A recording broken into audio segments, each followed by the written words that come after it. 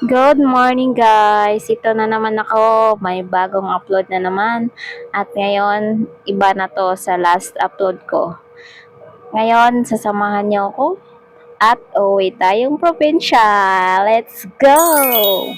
At ayun na nga si Inday. Walang tulog-tulog yan kasi sa gabi, nag-asikaso siya ng mga gamit niya. Kaya, sobrang arag mag-asikaso ng mga gamit kasi nung matagal pa akong uwi, sinabi ko sa sarili ko, matagal pa naman yan, saka na yan.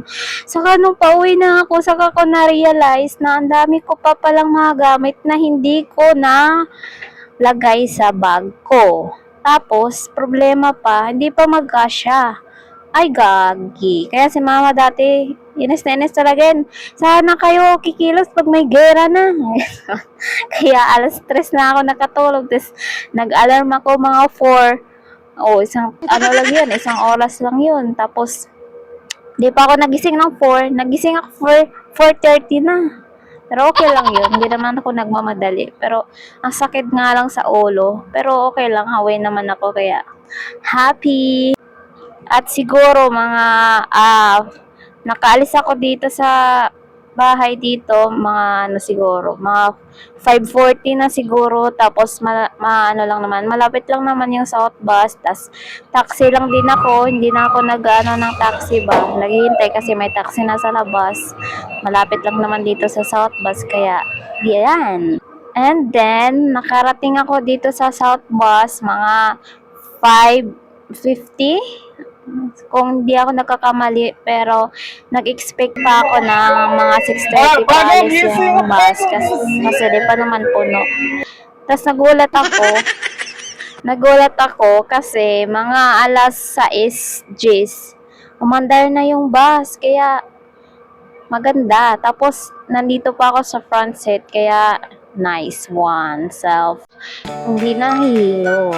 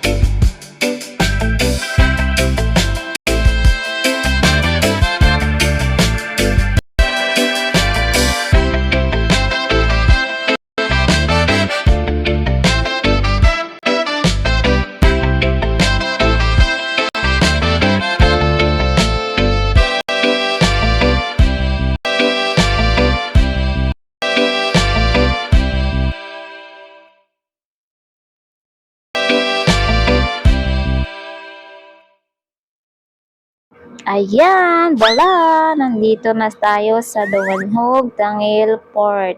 At success ang Disney Princess. Hindi talaga nagsuka. Ako lang ba yung biggest fear ko talaga yung mag-travel kasi taong bahay lang ako. Pag nag-travel ako, lalo na sa bus or taxi, nagpi-face na talaga yung mga bituka ko sa ilalim. Kaya to suka to the max. Kaya, thank you Lord. Kasi, safe naman ang aking bituka. Wala namang gumalaw doon. At, yun, nandito na nga ako sa Tangil Port at papasok na ako sa barko. Barko? Sabi. At ayun na nga guys, hindi ako makapag-video kasi sumisigaw sila. Uy, uy, may vlogger, may vlogger. May vlogger, may vlogger daw. Di nyo lang alam, vlogger na hilaw to. Tapos, yung mga bit-bit ko, dalawang bag yun, saka, dalawang bag, isang bag lang, saka isang malaking bag. Laking bag? Basta mabigat, sobrang bigat, kaya kinuha na ng mga dalawang lalaki doon. Tapos sabi ko nga, kuya, yun, isa na lang yung kunin mo. Kasi mahal-mahal yung maningil. Kasi dati na-draw man ako, 400 yung binayaran ko sa 4 na bag. Tapos isasakay lang naman nila sa ano, malapit lang naman kasi talaga. Pero hindi ko kaya kasi ang bigat nga.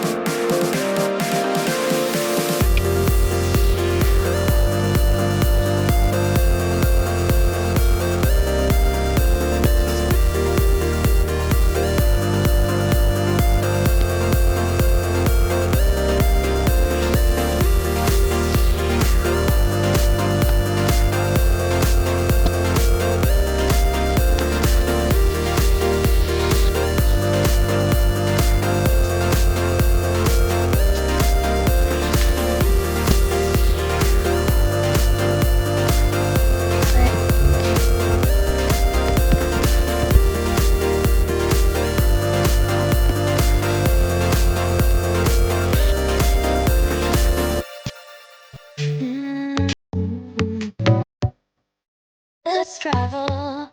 Let's travel. Cut! Background music. Magchika muna tayo. At dito na ako sa amin. Sa amin? Dito na ako sa nakamotor na kami. Papunta na kami sa bahay. At sobrang pagod ko na talaga. Lupay-pay na ako nito pag uwi. Tapos sobrang init pa. At buti na lang. Si mama may dalang sombrero. Kaya na save niya ako. Kasi ayoko talaga mag-travel na may mga jacket, may mga kung ano-ano para kung hindi komportable. Yun yung magko-cause sa akin ng pagsusuka, gano'n. Kaya sobrang init talaga, grabe. Tapos yung pahinto-hinto pa kami kasi mayroong truck sa unahan, sobrang alikabok. Kaya alam nyo ba guys, sobrang hirap ng posisyon ko kasi para sa kabilaan kasi yung karga ko, kaya para akong nakasakay sa mga karga ko. As in, bukang-kang lagi yung mga paa ko. At bala, sa haba-haba ng biyahe, nandito na ako, naglalakad na ako papunta sa bahay. At sobrang init talaga, nawala na yung spark sa mukha. Thank you Lord at safe ako nakarating. Thank you for watching. Andito na ako sa bahay. Bye-bye. Love you all. Si Laila at si Bilos ang sumalubong sa akin. Bye guys. Bye-bye.